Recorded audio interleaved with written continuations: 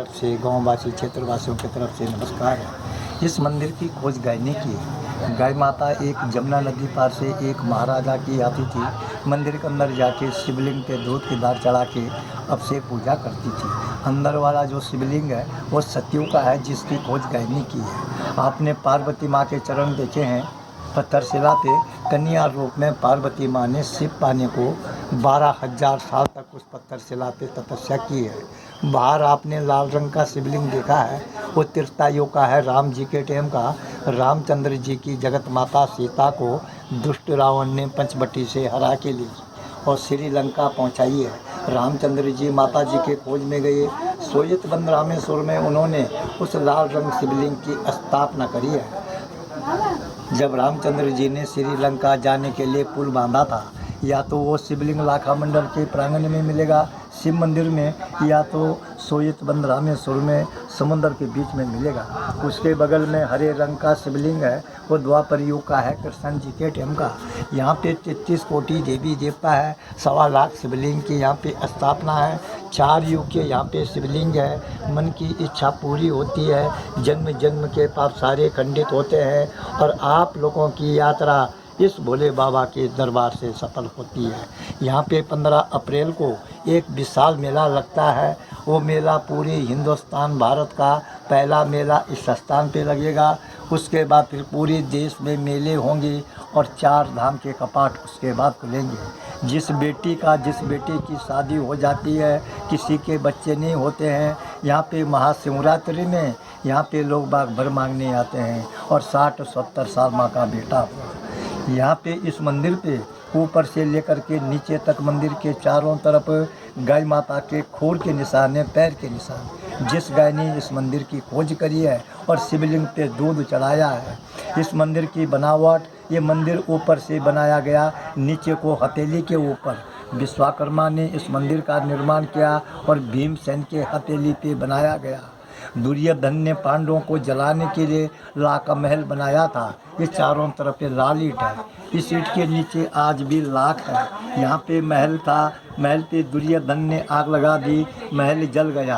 और सामने से अंडरग्राउंड सुरंग है, उस सरकार ने बंद कर दी। और नीचे सड़क पे आपको आते समय एक पांडवों की गुफा मिली है, वो है पांडवों की दुंद गुफा। विदुर ने यहाँ से पांडव लोगों को उस गुफा से बाहर निकाला।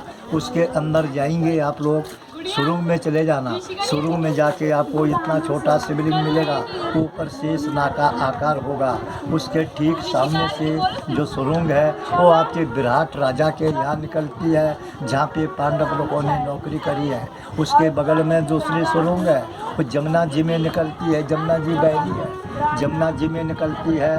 5 भाई पांडव लोग जमुना जी में परवीन आने जाते थे, स्नान करके शिव के मंदिर में पूजा करते थे। उसके अंदर तीसरी सुरंग है, वो आपके कुरुक्षेत्र में निकलती, हरियाणा में, जहाँ पे महाभारत की लड़ाई शुरू हुई है। उसके अंदर चौथी सुरंग है, वो केदारनाथ बद्रीनाथ निकलती है, जहाँ से पांडव लोग स्वर्ग लेने गए। ये शिवलिंग, ये धर्मराज युधिष्ठिर महाराज ने इस शिवलिंग की स्थापना करी है। इसके चारों तरफ 4 मठ है, इनके ऊपर शिवलिंग थी, वो स्टोर में रख दी। भीम है, अर्जुन है, सजो है, नकुल है, ये चारों भाई बड़े भाई की रक्षा कर रहे हैं कि हमारे बड़े भाई के कार्य में कोई बाधा ना पड़े।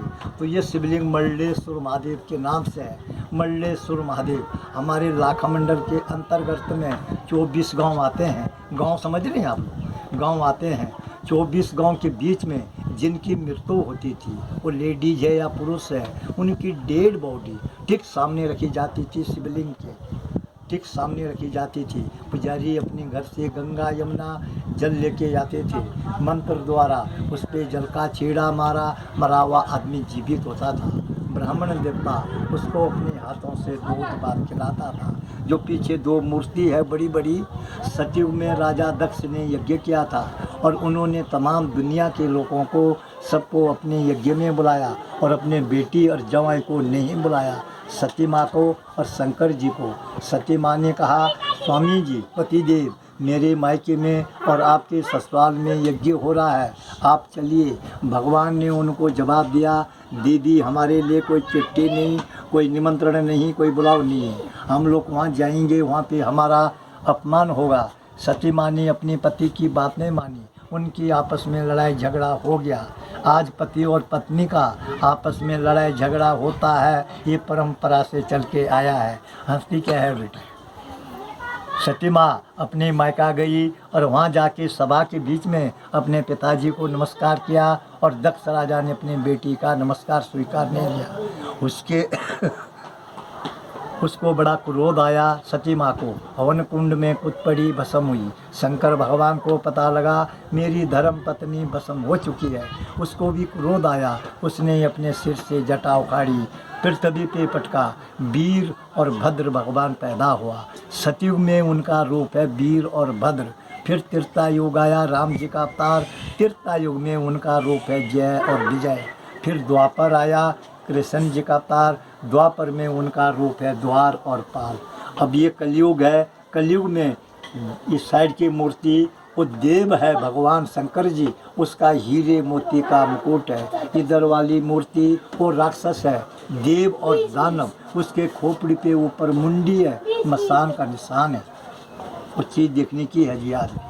और जो सामने यहाँ पे पीछे आपको मूर्तियाँ मिली है, ये 2007 के बीच में ये खुदाई में निकला है। यहाँ पे 100 मीटर की एरिया में कहीं भी खुदाई करते हैं तो यहाँ पे भगवान प्रकट होते हैं। फिर सामने आपको रास्ते में काली माता मिली है, वो है रास्ते की काली माता। माता जी को नमन करो, जय रास्ते की काली माँ, हमारी यात्रा सफल करो। फिर आगे दूसरी माता जी है, वो है हैजा काली माता, खप्पर वाली माता, शीतला वाली माता।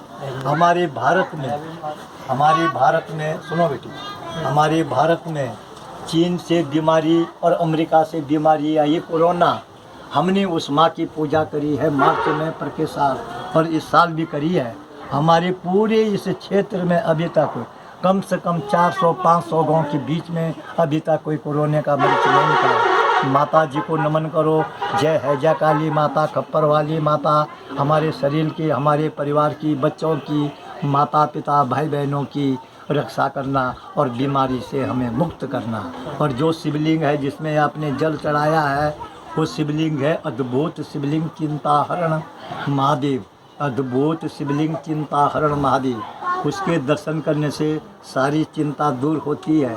वो शिवलिंग है पारदर्श शिवलिंग। जैसे आप अपने परिवार से, अपने माता पिता भाई बहनों से, बच्चों से प्यार करते हैं तो आपका प्यार अपने अंदर भगवान समा लेता है।